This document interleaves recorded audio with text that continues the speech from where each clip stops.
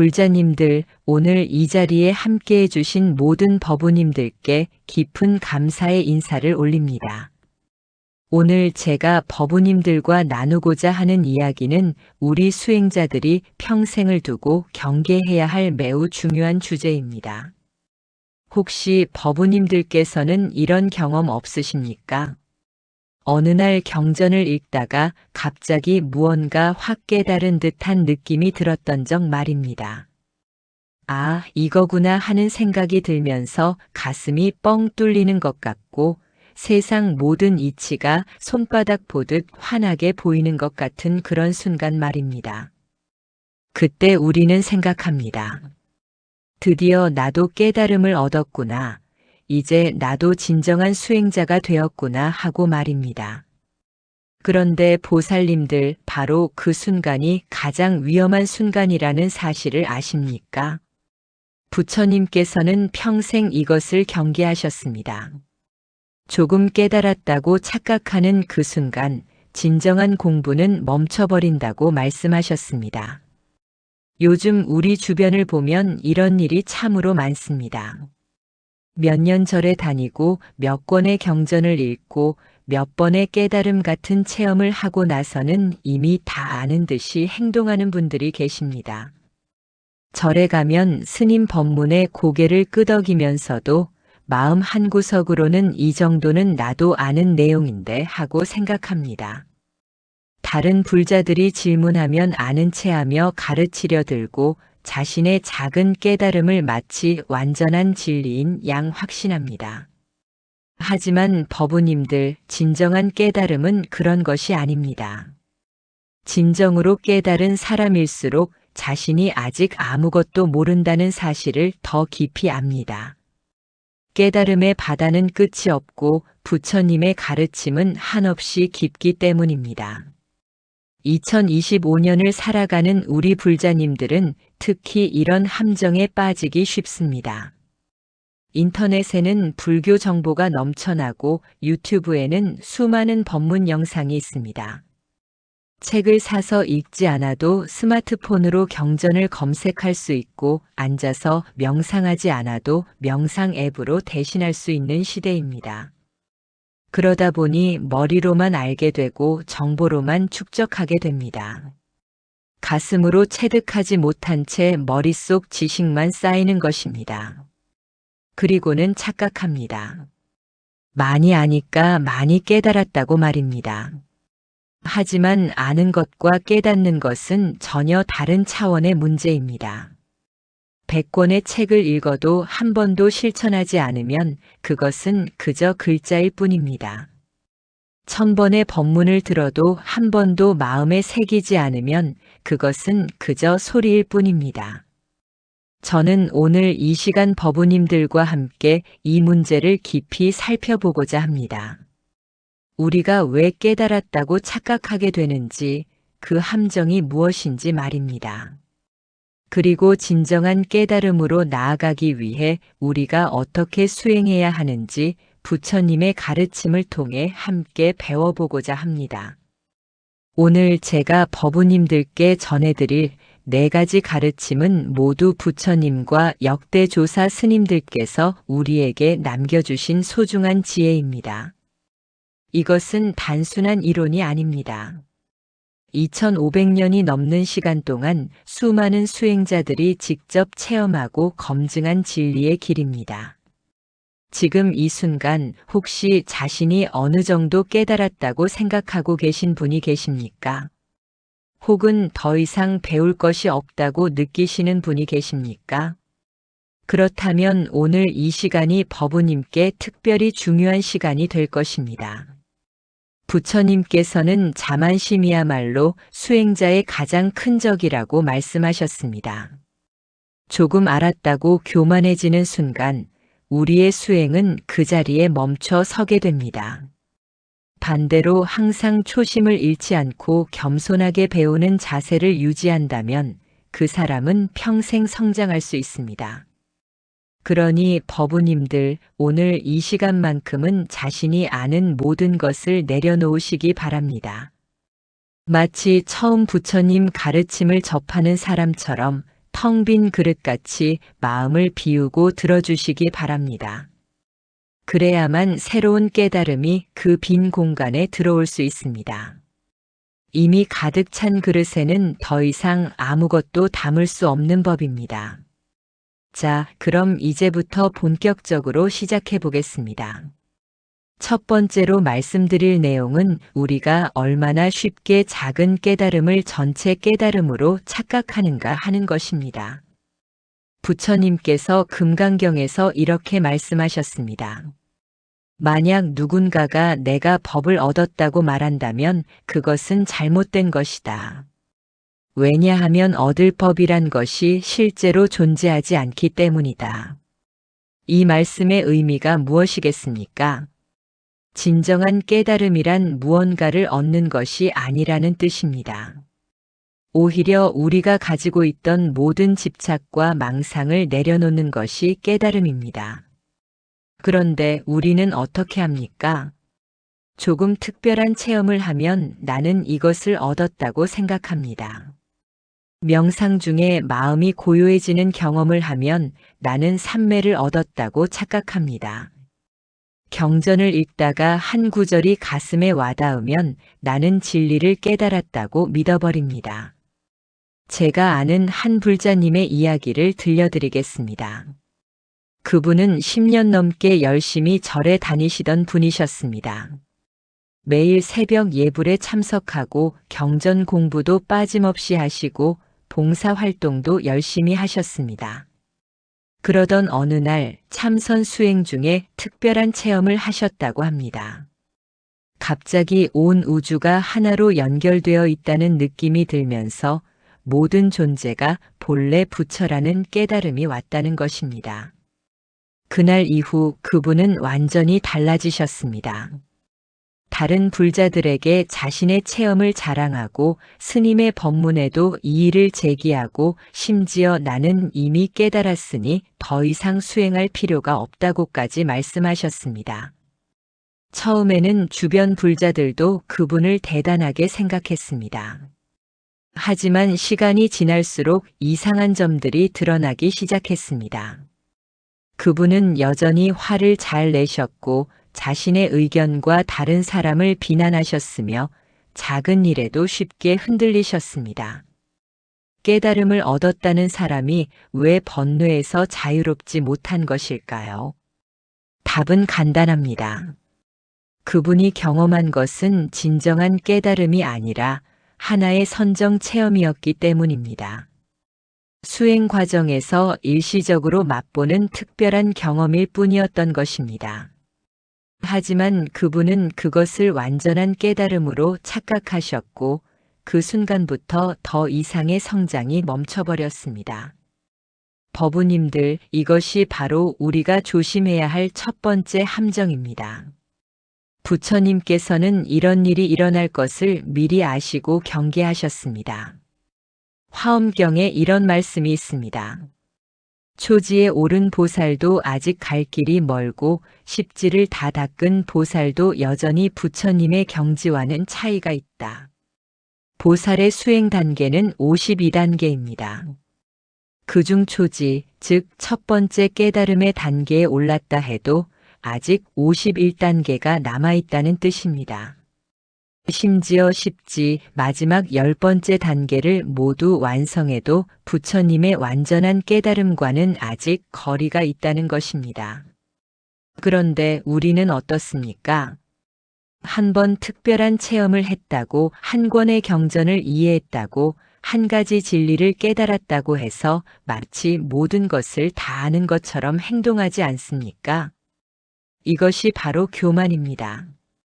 그리고 이 교만이야말로 우리의 수행을 가로막는 가장 큰 장애물입니다. 그렇다면 우리는 어떻게 해야 할까요?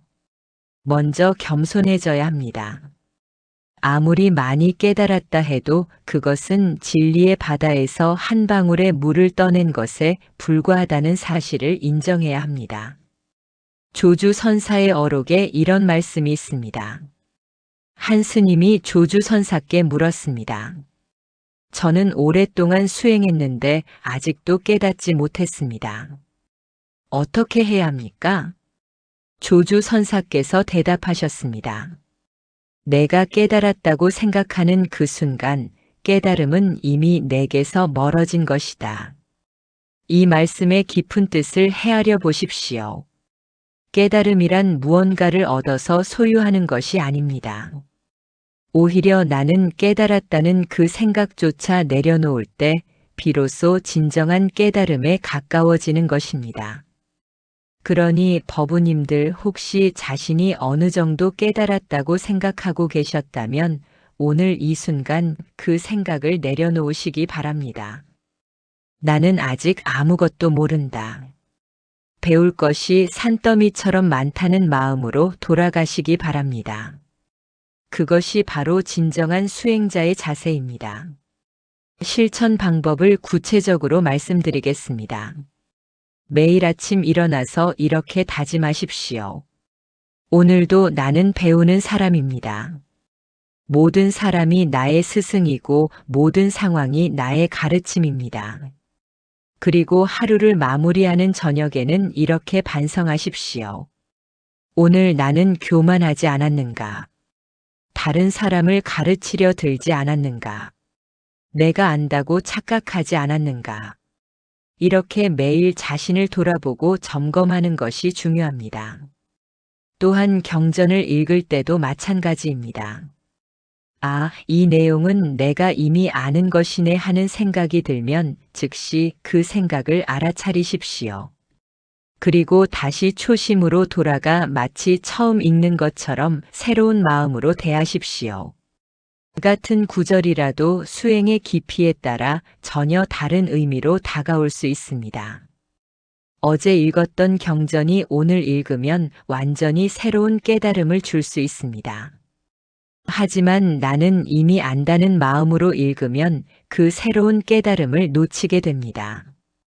명상이나 참선을 할 때도 마찬가지입니다. 나는 이미 삼매를 경험했으니 이 정도면 됐다고 생각하는 순간 더 깊은 삼매로 들어갈 수 없습니다. 항상 처음 수행하는 사람처럼 오늘이 첫날인 것처럼 새롭게 시작하는 마음이 필요합니다. 두 번째로 말씀드릴 내용은 암과 깨달음의 차이에 대한 것입니다. 이것이 바로 현대 불자들이 가장 많이 빠지는 함정입니다. 우리는 지식의 시대를 살아가고 있습니다. 스마트폰만 있으면 세상 모든 정보에 접근할 수 있고 불교 관련 책도 쉽게 구할 수 있으며 유명 스님들의 법문도 언제든지 들을 수 있습니다. 그러다 보니 머리로는 많은 것을 알게 됩니다.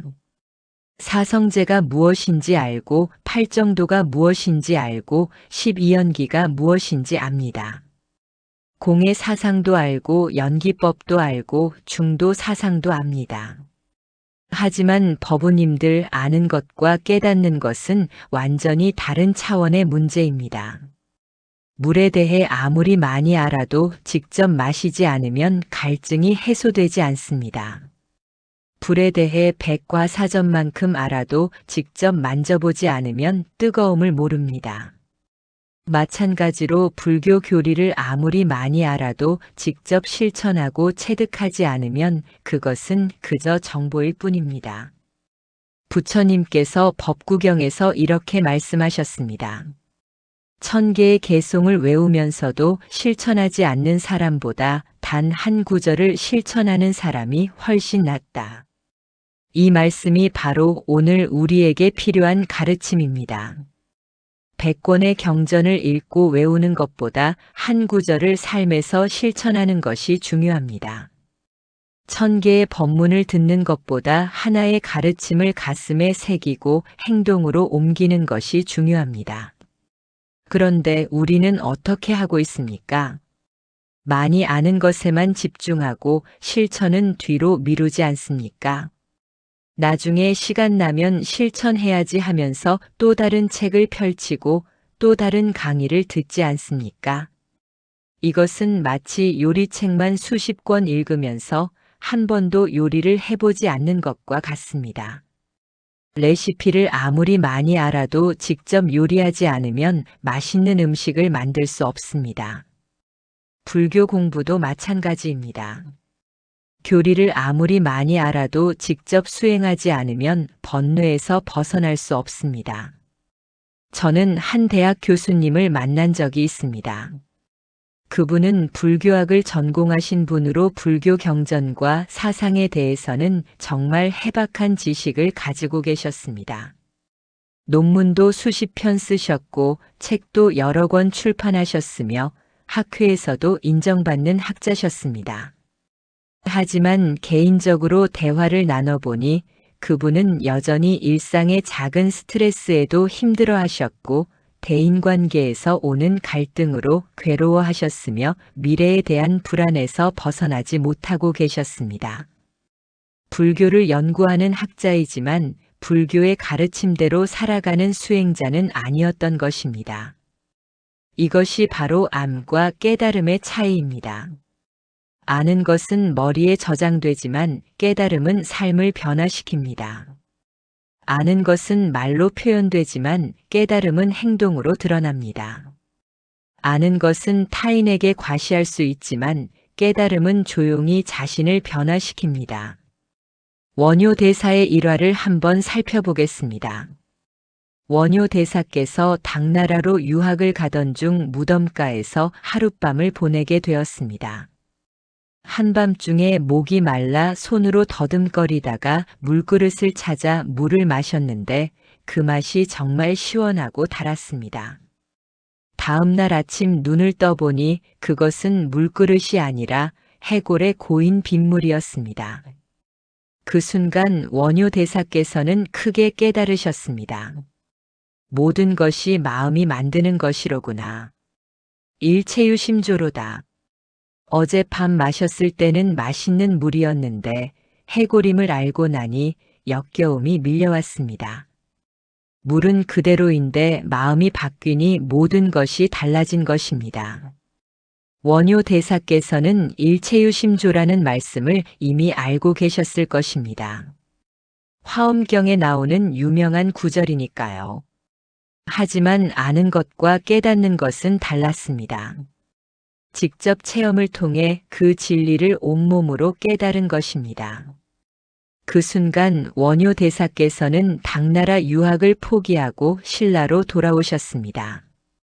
왜냐하면 깨달음은 어디 먼 곳에 있는 것이 아니라 바로 이 마음 속에 있다는 것을 체득하셨기 때문입니다. 법우님들, 우리도 마찬가지입니다. 아무리 많은 경전을 읽고 많은 법문을 들어도 그것을 직접 체험하고 실천하지 않으면 진정한 깨달음에 이를 수 없습니다. 그렇다면 어떻게 해야 할까요? 오늘부터 새로운 공부 방법을 시작하시기 바랍니다. 새로운 경전을 읽기 전에 이미 배운 한 가지라도 완전히 실천하고 체득하는 것입니다. 예를 들어 사성제를 공부했다면 다음 주제로 넘어가기 전에 먼저 사성제를 삶에서 실천해 보는 것입니다.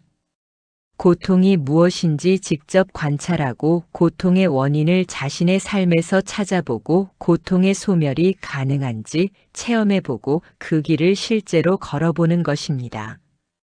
이렇게 하나를 완전히 소화하고 나서 다음으로 넘어가야 합니다. 그러지 않고 계속 새로운 것만 배우면 결국 모든 것이 머리로만 맴돌게 됩니다. 구체적인 실천 방법을 알려드리겠습니다. 매일 아침 일어나면 오늘 하루 실천할 한 가지 가르침을 정하십시오. 오늘은 자비심을 실천하는 날이라고 정했다면 하루 종일 만나는 모든 사람에게 자비로운 마음을 내는 연습을 하는 것입니다. 화가 나는 상황에서도 자비심을 잃지 않으려 노력하고 짜증나는 일이 있어도 상대방을 이해하려 애쓰고 미운 사람을 만나도 그 사람의 아픔을 헤아려 보는 것입니다. 그리고 저녁에는 하루를 돌아보며 일기를 쓰십시오. 오늘 나는 자비심을 얼마나 실천했는가? 어떤 상황에서 자비로웠고 어떤 순간에 자비심을 잃었는가? 내일은 어떻게 하면 더 나아질 수 있을까? 이렇게 매일매일 하나씩 실천하고 점검하다 보면 불교 가르침이 단순한 지식이 아니라 살아있는 지혜로 변하게 됩니다. 또한 명상과 참선을 생활화해야 합니다. 아무리 많은 이론을 알아도 마음을 직접 관찰하고 다스리는 수행 없이는 진정한 변화가 일어나지 않습니다. 하루에 단 10분이라도 좋습니다. 조용한 곳에 앉아서 호흡을 관찰하고 일어나는 생각을 지켜보고 마음의 움직임을 알아차리는 수행을 하십시오.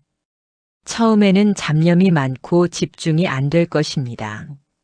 하지만 포기하지 마십시오. 매일 꾸준히 하다 보면 점점 마음이 고요해지고 자신의 내면을 깊이 들여다볼 수 있게 됩니다. 이것이 바로 체득입니다. 머리로 아는 것이 아니라 온몸으로 깨닫는 것입니다. 세 번째로 말씀드릴 내용은 초심을 잃지 않는 것의 중요성입니다. 초심, 처음 발심했을 때의 그 순수하고 간절한 마음을 잃지 말아야 한다는 것입니다. 혹시 법우님들께서는 처음 불교에 입문했을 때를 기억하십니까? 그때는 모든 것이 새롭고 신기했을 것입니다. 절에 가면 가슴이 설레고 스님의 법문 한마디 한마디가 귀하게 들렸을 것입니다. 경전을 읽으면 감동이 밀려왔고 예불을 드리면 눈물이 났을 것입니다. 그 마음이 바로 초심입니다. 하지만 시간이 지나면서 어떻게 변했습니까? 절에 가는 것이 익숙해지고 법문이 귀에 익고 경전이 평범해지지 않았습니까? 심지어 이 정도는 나도 안다는 생각이 들기 시작하지 않았습니까? 이것이 바로 초심을 잃은 상태입니다. 선종에서는 초심을 잃지 말라는 가르침을 매우 강조합니다. 숭산 스님의 어록에 이런 말씀이 있습니다. 초심자의 마음에는 많은 가능성이 있지만 전문가의 마음에는 가능성이 적다. 초보자는 모르기 때문에 열린 마음으로 배웁니다. 하지만 자신이 안다고 생각하는 사람은 마음의 문을 닫아버립니다. 그러면 더 이상 새로운 것을 받아들일 수 없게 됩니다. 부처님께서도 이 점을 강조하셨습니다. 증이라 함경에 이런 말씀이 나옵니다. 처음 발심했을 때의 그 마음을 잃지 않는 사람은 반드시 부처를 이룬다. 처음 부처님 가르침을 접했을 때 느꼈던 그 감동, 그 간절함, 그 순수함을 평생 유지한다면 누구나 깨달음에 이를 수 있다는 뜻입니다. 반대로 아무리 오래 수행해도 초심을 잃어버리면 깨달음에서 멀어집니다. 저는 30년 넘게 절에 다니신 한 보살님을 알고 있습니다. 처음 불교를 만났을 때 그분은 정말 열심이셨습니다. 새벽 예불은 물론이고 모든 법회에 빠짐없이 참석하시고 봉사활동도 열심히 하시고 경전 공부도 게을리하지 않으셨습니다. 그분의 신심을 보고 많은 사람들이 감동을 받았습니다. 하지만 세월이 흐르면서 변화가 생겼습니다. 절에서 오래 다닌 원로라는 자부심이 생기면서 새로 온 불자들을 가르치려 들기 시작했습니다. 스님의 법문에도 그 정도는 나도 안다는 표정을 짓고 다른 불자들이 질문하면 아는 체하며 끼어들었습니다. 심지어 요즘 젊은 불자들은 예전만 못하다며 불평하기 시작했습니다. 초심을 완전히 잃어버린 것입니다. 그 결과 그분은 더 이상 성장하지 못했습니다. 30년을 다녔지만 30년 전에 그 자리에 그대로 머물러 있었습니다. 이것이 초심을 잃었을 때 일어나는 일입니다. 반대로 초심을 잃지 않은 분들도 계십니다. 한 스님께서 들려주신 이야기입니다. 어느 노스님께서 평생 수행하시고 80세가 넘으셨는데도 여전히 새벽마다 일어나 정진하셨습니다. 제자 스님이 여쭈었습니다. 스님께서는 이미 깨달음을 얻으셨을 텐데 왜 아직도 이렇게 열심히 수행하십니까?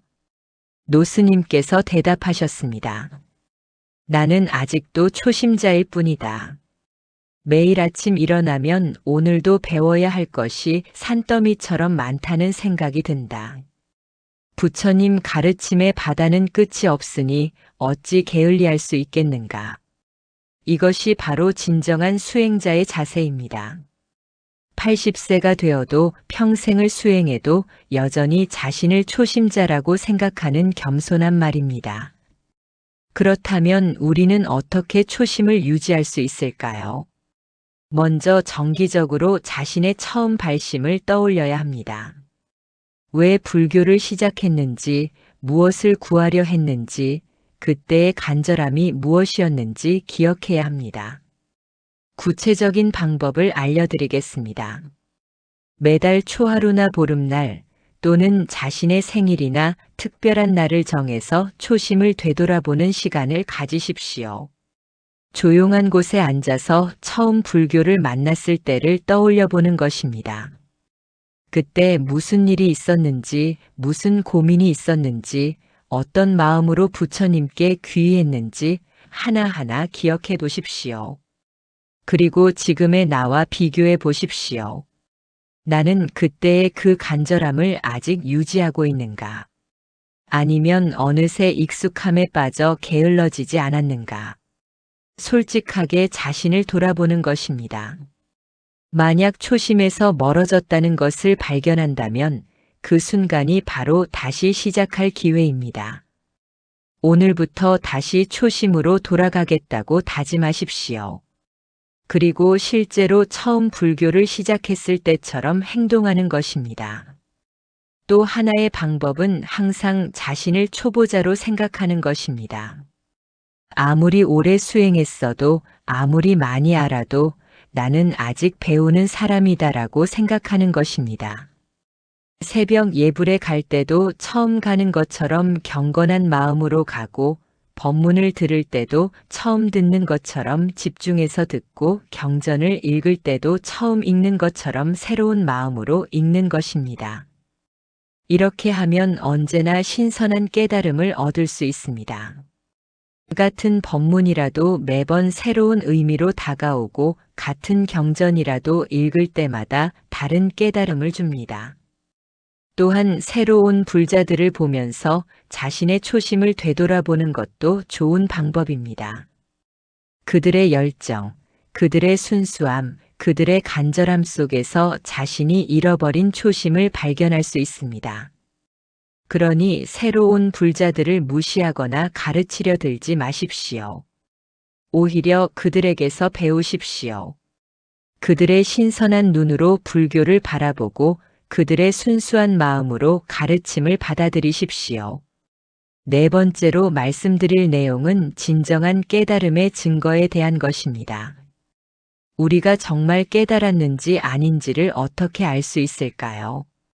많은 분들이 특별한 체험을 하면 자신이 깨달았다고 생각합니다. 명상 중에 빛을 보았다거나 몸이 공중에 뜬 것 같은 느낌을 받았다거나 우주와 하나가 된 것 같은 경험을 했다거나 하는 것들 말입니다. 하지만 부처님께서는 이런 것들이 깨달음의 증거가 아니라고 분명히 말씀하셨습니다. 진정한 깨달음의 증거는 신비한 체험이 아니라 일상의 변화입니다. 번뇌가 줄어드는 것, 자비심이 커지는 것, 평화로워지는 것, 이것이 바로 진정한 깨달음의 표시입니다. 대승기실론에 이런 말씀이 있습니다. 진정으로 깨달은 사람은 탐욕과 분노와 어리석음에서 점점 자유로워진다. 이것이 핵심입니다. 아무리 대단한 체험을 했어도 여전히 화를 잘 내고 욕심이 많고 어리석은 판단을 한다면 그것은 진정한 깨달음이 아닙니다. 반대로 특별한 체험은 없어도 날마다 조금씩 더 자비로워지고 조금씩 더 평화로워지고 조금씩 더 지혜로워진다면 그 사람은 바른 길을 가고 있는 것입니다. 부처님께서 직접 보여주신 예를 살펴보겠습니다. 부처님께서 성도하신 후 첫 번째 제자가 된 5 비구가 있었습니다. 그들은 처음에 부처님을 의심했습니다. 왜냐하면 부처님께서 고행을 포기하고 유재죽을 드시는 것을 보았기 때문입니다. 저 사람은 수행을 포기했다. 저 사람에게서 배울 것이 없다. 이렇게 생각하며 부처님을 피했습니다. 하지만 부처님께서 그들을 찾아가셨을 때 그들은 부처님의 모습에서 뭔가 다른 것을 느꼈습니다. 부처님의 얼굴에서 빛나는 평화, 말씀에서 흘러나오는 자비, 행동에서 드러나는 지혜를 보았습니다. 그것이 바로 진정한 깨달음의 증거였습니다. 신비한 능력이나 특별한 현상이 아니라 완전한 평화와 자비와 지혜로 가득 찬 존재 자체였습니다. 그래서 5 비구는 부처님께 귀의했고 첫 번째 제자가 되었습니다. 또 다른 예를 보겠습니다. 부처님의 10대 제자 중 한 분인 가섭존자의 이야기입니다. 가섭존자는 원래 부유한 바라문 집안 출신이었습니다. 하지만 부처님을 만나고 깨달음을 얻은 후 완전히 달라졌습니다. 이전에는 화려한 옷을 입고 호화로운 생활을 했지만 깨달은 후에는 버려진 헝겊을 주워 기워서 입었습니다. 이것을 분소이라고 합니다.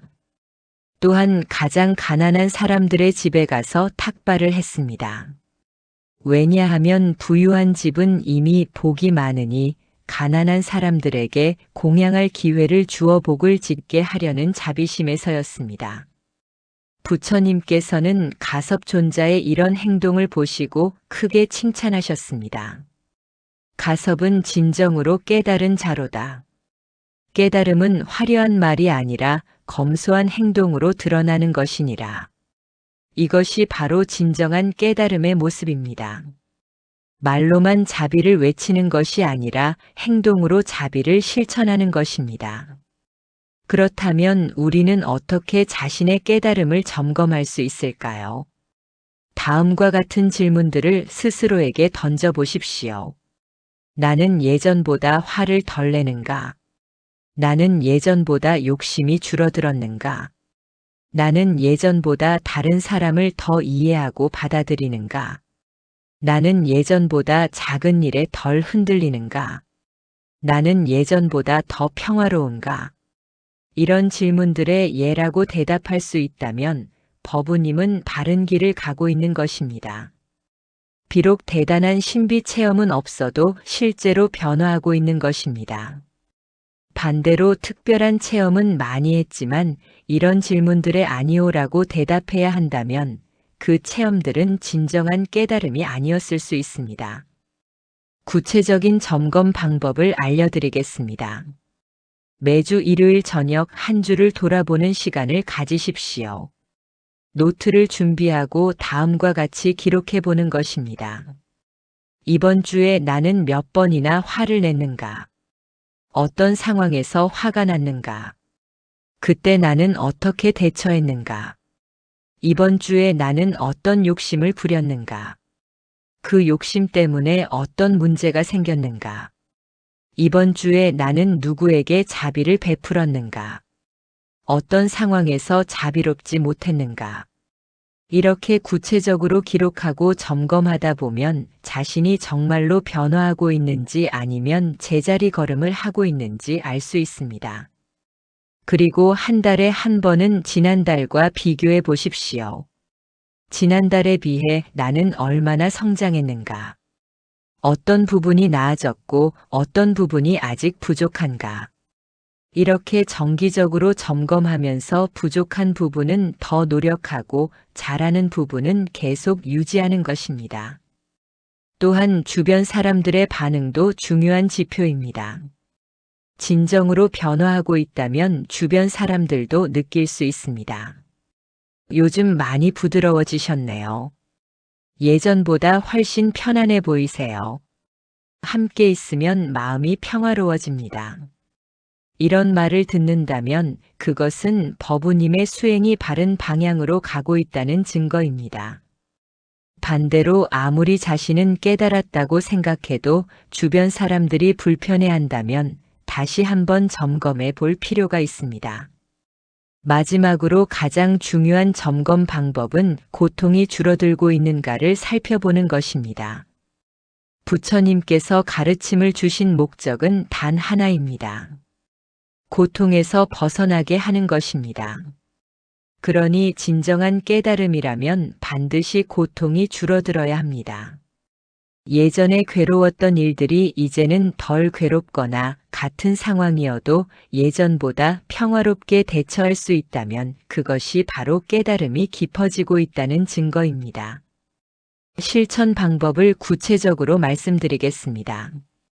오늘부터 변화 일기를 쓰기 시작하십시오. 매일 자기 전에 5분만 투자하면 됩니다.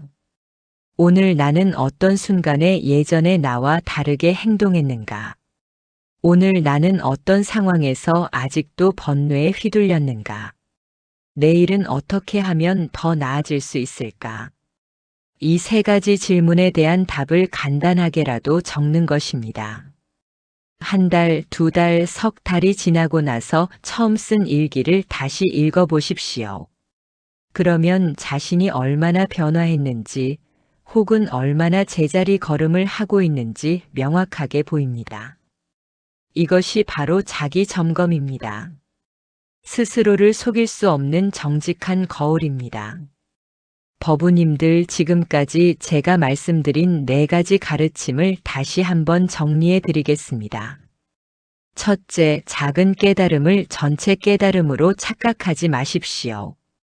한 방울의 물을 떠냈다고 바다를 다 가진 것이 아닙니다. 항상 겸손하게 배울 것이 무궁무진하다는 자세로 수행하십시오. 둘째, 아는 것과 깨닫는 것을 구별하십시오. 100권의 책을 읽는 것보다 한 구절을 실천하는 것이 낫습니다. 이론을 쌓기보다 삶을 변화시키는 것이 진정한 수행입니다. 셋째, 초심을 잃지 마십시오. 처음 부처님 가르침을 만났을 때의 그 감동, 그 간절함, 그 순수함을 평생 유지하십시오.